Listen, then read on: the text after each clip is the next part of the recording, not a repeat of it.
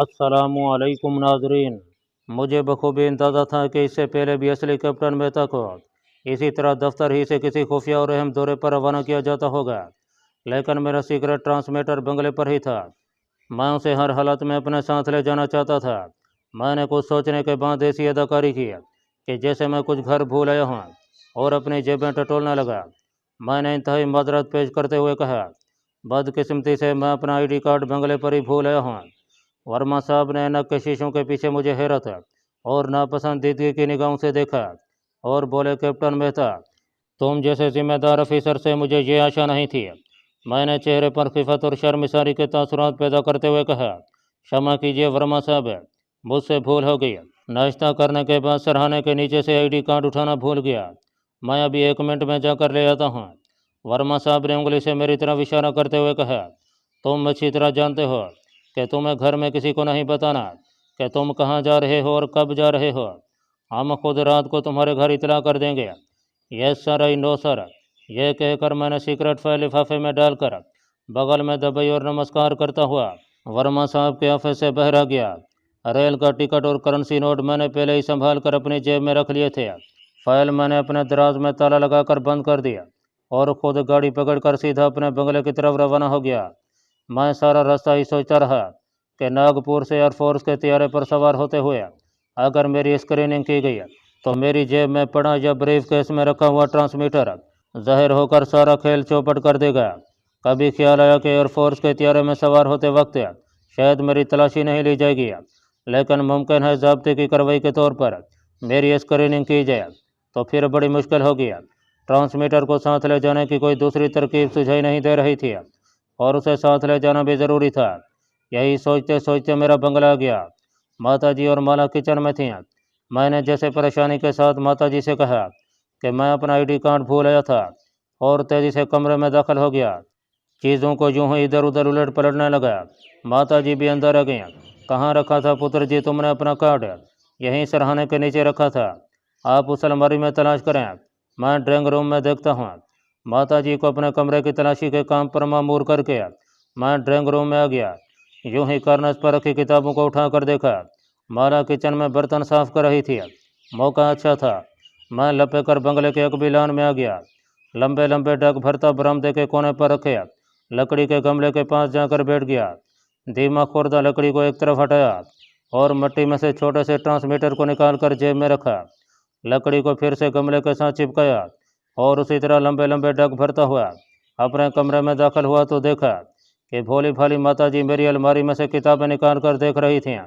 मैंने जाते ही खुश होकर कहा, मिल गया कार्ड माताजी, बाहर वाली कार्नस पर पड़ा था।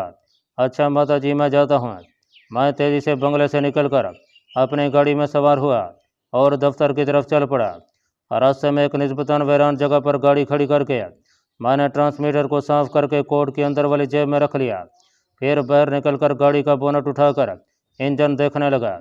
जो जाहिर किया जैसे गाड़ी में कोई नुक्स पैदा हो गया था, जिसकी वजह से मुझे गाड़ी खड़ी करनी पड़ी है। चंद सेकंड के बाद मैंने बोनट बंद कर दिया, रुमाल से हाथ साफ किया और गाड़ी स्टार्ट कर दिया। दफ्तर में आते ही मैंने वर्मा साहब को फ़ोन पर बता दिया कि मैं आईडी कार्ड ले आया हूँ। उन्होंने कहा 4 बजे मेरे कमरे में आ जाना। मैंने कहा यस सर। फ़ोन बंद हो गया। शायद वर्मा साहब मुझे मेरे खसूसी मिशन पर रवाना करने से पहले ज़रूरी ब्रीफिंग करना चाहते थे। मुझे क्या एतराज़ हो सकता था, मगर ट्रांसमीटर की वजह से दिल को एक तशवीश सी लगी हुई थी। मैंने उसे अपने कोट की जेब में ही रखा हुआ था। मेज़ की दराज या अलमारी में रखने का खतरा मोल नहीं ले सकता था। खुदा खुदा करके शाम के 4 बजे मैं वर्मा साहब के ऑफिस में आ गया। तो उस वक्त भी खुफिया ट्रांसमीटर मेरी जेब में था।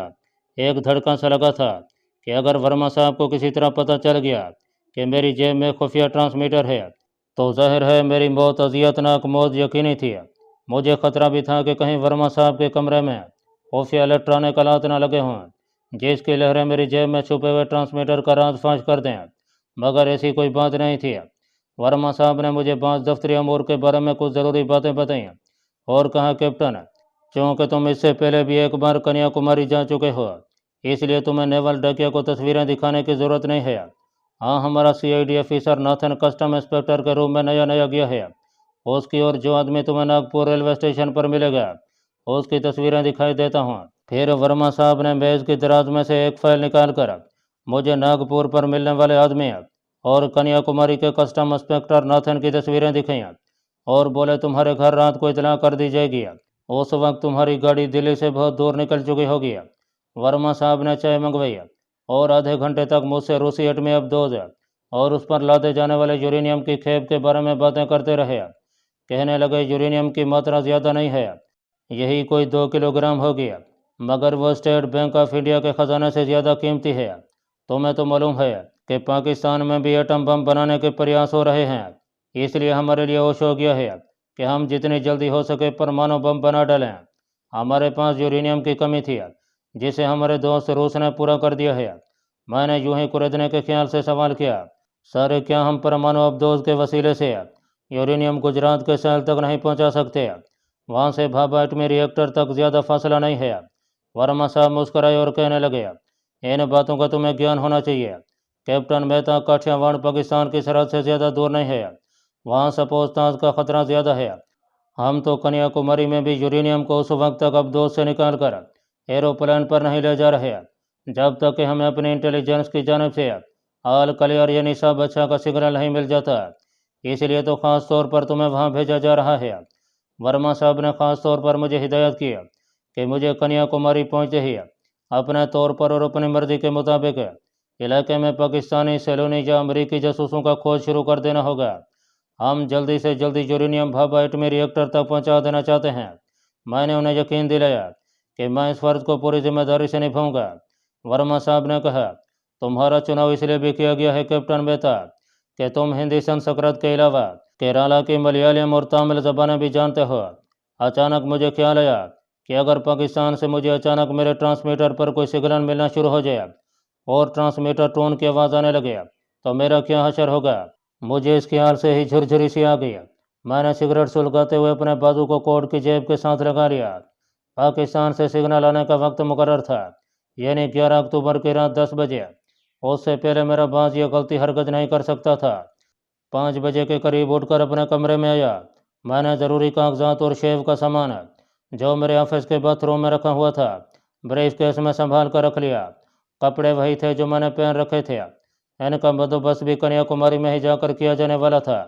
जाहिर है ये बंदोबस्त हमारे अपने आदमी कस्टम इंस्पेक्टर नाथर ने करना था। 6:30 बजे सजाता का फ़ोन आ गया। मुझे 4:30 बजे के बाद किसी का फ़ोन सुनने की इजाज़त नहीं थी। मेरे एसटीनो मकंदलाल ने फ़ोन उठाया और कह दिया कि मैं ज़रूरी मीटिंग में बैठा हूँ।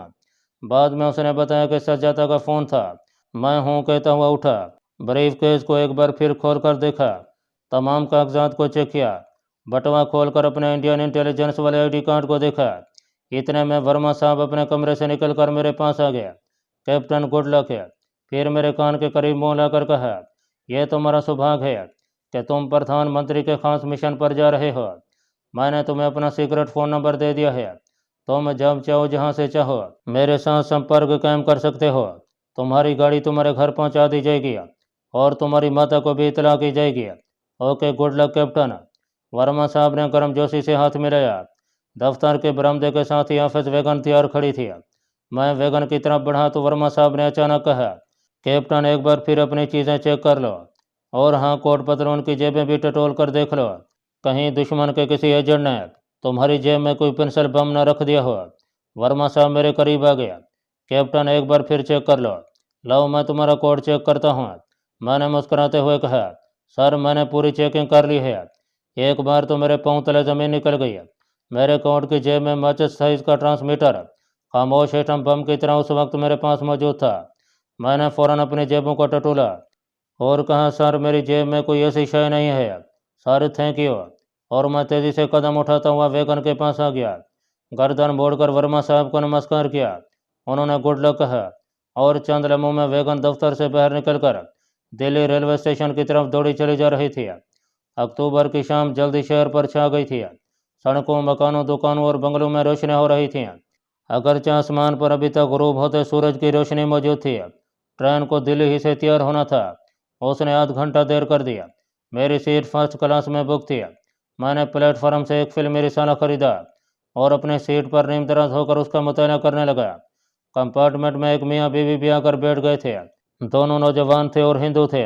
लड़की ने गहने पहन रखे थे और माथे पर सुर्ख बिंदी लगी थी। नौजवान ने प्रणाम करते हुए अपना नाम प्रकाश बताया और बताया कि वो अपनी पत्नी के साथ उसके मेके नागपुर जा रहा है। मैंने उसे सरसरी अंदाज में बताया कि मैं भी नागपुर में अपने बड़े भैया जी से मिलने जा रहा हूँ। इससे ज़्यादा मैंने उनसे कोई बात न किया और रिसाले में मुनहमिक हो गया। कंपार्टमेंट की चौथी सीट खाली थी। गाड़ी चलने लगी तो एक मोटा सिख अपने सामान के साथ कुली को गालियां देता दाखिल हुआ। ट्रेन अपने सफ़र पर रवाना हो गई। रात को मोटे सिख ने अटैची केस से दारू की बोतल निकाली और उससे शुगल करने लगा। दारू पीकर उसने बोलियां गानी शुरू कर दी। हिंदू पति पत्नी बेचारे सहमे बैठे थे। हिंदू लड़का खाम खा हंस हंस कर सिख की हर अच्छी बुरी बात का जवाब दे रहा था। सरदार जी बड़े मूड में थे। मेरी तरफ भी उन्होंने तवज्जो फरमाई। मैंने बड़ी मुश्किल से सरदार जी को हैंडल किया। फिर सरदार जी सो गए। नागपुर का सफ़र काफ़ी लंबा था। बहरहाल किसी न किसी तरह यह सफ़र भी कट गया। ज़्यादा दिन नहीं गुजरे थे कि मैं इसी रूट पर से गुजरा था, मगर उस वक्त मैं अपनी असली हालत में नहीं था, बल्कि एक सिख के भेष में था। नागपुर के बड़े रेलवे जंक्शन पर ट्रेन रुकी तो मैं ब्रीफकेस उठाए प्लेटफार्म पर निकल आया। मेरी निगाहें अपने उस आदमी को तलाश कर रही थीं जिसकी तस्वीर मुझे वर्मा साहब ने अपने ऑफिस में दिखाई थी। आखिर उस शक्ल सूरत का एक आदमी मुझे अपनी तरफ आता दिखाई दिया।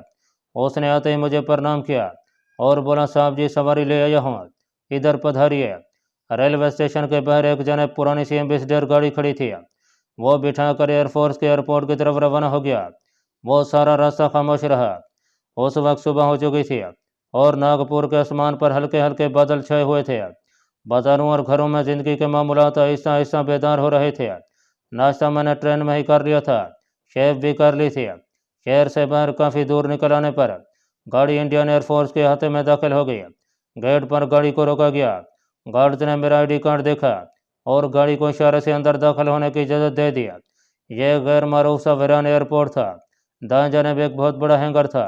सामने की तरफ एयरफोर्स की 2 वैगनें खड़ी थीं। हमारी गाड़ी भी वहां जाकर खड़ी हो गई। ड्राइवर अंदर सीट पर ही बैठा रहा। एक जानिब से एक वर्दी पोष गहरी सांवली रंगत वाला आदमी लंबे लंबे डग भरता हमारी गाड़ी के पास आया। झुक कर उसने मुझसे आईडी कार्ड तलब किया। मैंने जेब से कार्ड निकाल कर दिखाया। उसने अंग्रेजी में कहा कि मेरे साथ आओ प्लीज। छोटा सा ट्रांसमीटर उस वक्त भी मेरी जेब में ही था। गोया ये एक एटम बम था जो किसी भी वक्त फट सकता था, मगर मैं अपने असाब अपने काबू में रखे बड़े एतमाद और यकीन के साथ कदम उठाता चल रहा था। अगरचा कोट के अंदरूनी जेब के अंदर ट्रांसमीटर छुपा था और उसके नीचे मेरा दिल किसी वक्त अचानक तेज तेज धड़कने लगता था। कुछ ही फासले पर रनवे पर एयरफोर्स का एक छोटा तैयारा खड़ा था। हम उसी तरफ जा रहे थे। मुझे सिर्फ यही एक डर लगा था कि अगर तैयारे में सवार होने से पहले इन लोगों में से किसी ने मेरी तलाशी ले ली या डिटेक्टर लगाकर मेरी स्क्रीनिंग शुरू कर दी तो क्या होगा। जहरीला सिगार मैंने ब्रीफकेस में कागजात के नीचे रखा था और उसकी मुझे इतनी फिक्र नहीं थी, क्योंकि पहली नज़र में उसे देखकर कोई भी ये अंदाज़ा नहीं लगा सकता था कि इसमें इंतहाई जोद असर जहर भरा हुआ है। अगर यहाँ मेरी जेब में से खुफिया ट्रांसमीटर बरामद कर लिया जाता तो मेरे लिए कोई राह फरार नहीं थी। आखिर यह सोचकर मैं अपने दिल को तसल्लियाँ देने लगा कि अगर ऐसी सूरत हाल पैदा हो गई तो मैं ये कह दूंगा कि यह मुझे महकमे की तरफ से दिया गया है, क्योंकि मेरा मिशन ही ऐसा है कि मुझे इसकी ज़रूरत पड़ सकती है। यह 2 इंजनों वाला बोइंग तैयारा था। अंदर 50 के करीब आदमियों के बैठने की जगह थी, लेकिन हमले के अरकान और मेरे सिवा वहाँ कोई और आदमी नहीं था। मैंने खुदा का शुक्र अदा किया। तैयारे में दाखिल होते वक्त मेरी तलाशी नहीं ली गई थी। पायलट सिख था। उसने मुझसे हाथ मिलाया और अपनी मौजूदगी में तैयारे पर सवार कराया। फिर सीढ़ी हटा दी गई, दरवाज़ा बंद कर दिया गया और तैयारे ने रनवे पर दौड़ते हुए हवा में उड़ान भरी और फिजा में बुलंद होता चला गया। मैंने खिड़की में से नीचे देखा। नागपुर शहर के मकानात और कारखानों की चिमनियाँ और पार्कों के दरख्त छोटे होते जा रहे थे। नागपुर हिंदुस्तान के वस्त में है और कन्याकुमारी हिंदुस्तान की जनूबी तकोन की आखिरी बंदरगाह है। एयरफोर्स का एक तैयारा हैदराबाद, बंगलोर और मजूरा के ऊपर से होता हुआ 3.5 घंटे में कन्याकुमारी के एयरपोर्ट की वीरान सी पट्टी पर उतर गया। यहाँ कस्टम इंस्पेक्टर नाथन मुझे लेने आया हुआ था। काली रंगत, गुलाबी आंखें, घुंघरियाले सियाह बाल, दुबला पतला, छोटी छोटी आंखें, आंखों में इंतहाई तेज चमक है। उसको मेरी तस्वीर पहुंचा दी गई थी। उसने बढ़कर मुझसे हाथ मिलाया। यह मद्रासी था। मैंने उससे मद्रासी में बात की तो वो बड़ा खुश हुआ। हिंदी में बोला, कैप्टन तुमने मद्रासी बोलकर हमारा दिल प्रसन्न किया। Please come with me. Kanyakumari एक छोटा सा कस्बानुमा शहर था। आबादी तमिल लोगों की थी। मकानों की छतें जनूबी हिंद के मकानों की तरह ढलानी थीं। नारियल, तार, केले और इमली के दरख्त सड़कों के किनारे और मकानों के आगे उगे हुए थे। मैं इस लैंडस्केप से पूरी तरह गया था। मुझे 2 कमरों वाला एक छोटा सा क्वार्टरनुमा मकान दे दिया गया। कस्टम इंस्पेक्टर नाथन मुझे बड़ी राजदारी से सहल समंदर से दूर एक जंगल का चक्कर लगाकर इस मकान तक लाया। यह एक मकान भी नारियल और केले के दरख्तों के झुंड में छुपा हुआ था। इसके आसपास कोई दूसरा मकान नहीं था। इंस्पेक्टर नाथन ने कहा, कैप्टन, यहाँ तुम्हारे पास कोई नौकर नहीं होगा, मगर तुम्हें हर शय यहाँ पहुँच जाया करेगी। तुम स्नान वगैरह कर लो, मैं तुम्हारे लिए कुछ खाने को ले आता हूँ। वह मुझसे तमिल में बात करके बड़ा खुश था। चुनाचे मैंने भी उसकी खुशनुदी हासिल करने के लिए तमिल में बात करने को तरजीह दिया। वो चला गया तो मैंने क्वार्टरनुमा मकान के दोनों कमरों का जायजा लिया। कमरे वीरान वीरान थे। सिर्फ एक कमरे में बांस के पलंग पर बिस्तर और मसेरी लगी थी। किचन में एक रेफ्रिजरेटर ज़रूर पड़ा था। गैस के सिलेंडर वाला चूल्हा भी मौजूद था और कुछ बर्तन भी अलमारी में रखे थे। बाथरूम मुनासिब था। नाथन जब आया तो अपने साथ बिरयानी के एक पार्सल के अलावा मेरे लिए साबुन, तौलिया, टूथपेस्ट, खद्दर के कुर्ते पजामे के 2 जोड़े, मद्रासी चप्पल और रोज़मर्रा ज़रूरियात का दूसरा सामान भी लाया था। वो सियाह रंग का पतला सिगार पीता था। इस वक्त वो वर्दी में नहीं था और उसने सफ़ेद कमीज और पतलून के साथ चप्पल पहन रखी थी। यहाँ मौसम शुमाली हिंद के मुकाबले में गर्म था। कमरे की छत का पंखा आहिस्ता आहिस्ता चल रहा था। इंस्पेक्टर नाथन ने मुझसे मेरे मिशन के बारे में गुफ्तगू शुरू कर दिया।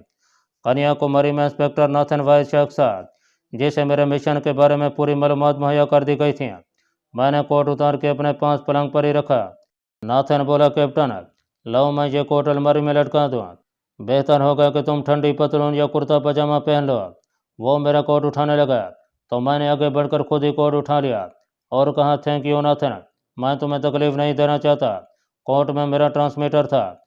मैंने कोट को दीवार से लगी पुरानी अलमारी में लटका कर अलमारी बंद कर दिया और आराम कुर्सी पर बैठते हुए सिगरेट सुलगा लिया और नाथन से कन्याकुमारी में आई हुई एटमी अब्दोज और उसमें पड़े हुए यूरेनियम के बारे में बातें करने लगा।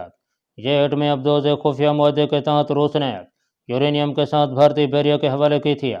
इस वक्त अब्दोज पर सारा हमला भारतीय बहरिया का था और बकौल इंस्पेक्टर नाथन के अब्दोज कन्याकुमारी की खाड़ी में जाकर अंदर साहिल के पास खड़ी थी। खाड़ी में पानी के नीचे बारूदी सुरंगें इस तरह बिछा दी गई थीं कि अगर दुश्मन की अब्दोज या कोई कश्ती समंदर के अंदर से अब्दोज तक पहुंचने की कोशिश करे तो बारूदी सुरंगों से टकराकर वहीं तबाह हो जाए। ये बारूदी सुरंगें अब्दोज से कुछ फासले पर उस जगह बिछाई गई थीं जहां खाड़ी का दिहाना था और समंदर का पानी खाड़ी में दाखिल होता था। मैंने इंस्पेक्टर नाथन से पूछा कि उसकी रिपोर्ट के मुताबिक इलाके में दुश्मन के एजेंट किस भेष में कहाँ कहाँ मौजूद हो सकते हैं।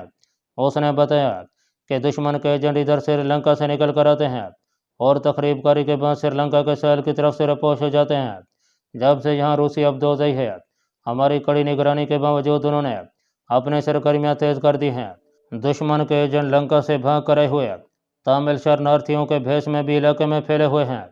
नाथन ने बताया कि उसकी रिपोर्ट के मुताबिक 2 एक एजेंट कुलियों की शिकल में बंदरगाह पर भी काम करते हैं, मगर हमारे पास उनको पकड़ने के लिए ना तो कोई सबूत है और ना हम अभी उनकी निशानदेही कर सके हैं। इंस्पेक्टर नाथन बोले जा रहा था और मैं सोच रहा था कि ये एजेंट श्रीलंका के भी हो सकते हैं जिन्हें अमेरिका ने तैयार करके यहाँ भेजा हो, क्योंकि श्रीलंका अमेरिका के जेर असर था और अमेरिका को यह मंजूर नहीं था कि भारत को रूस से एटमी अब्दोज और यूरेनियम मिले। इस बात का इम्कान न होने के बराबर था कि यहाँ इतनी दूर कोई पाकिस्तानी एजेंट भी सरगर्म अमल हो। अगर ऐसी बात होती तो मुझे भारत का बॉर्डर क्रॉस करने से पहले बता दिया जाता। ताहम इसका हतमी फैसला मुझे 11 अक्टूबर की रात को पाकिस्तान से सिग्नल वसूल होने के बाद ही हो सकता था।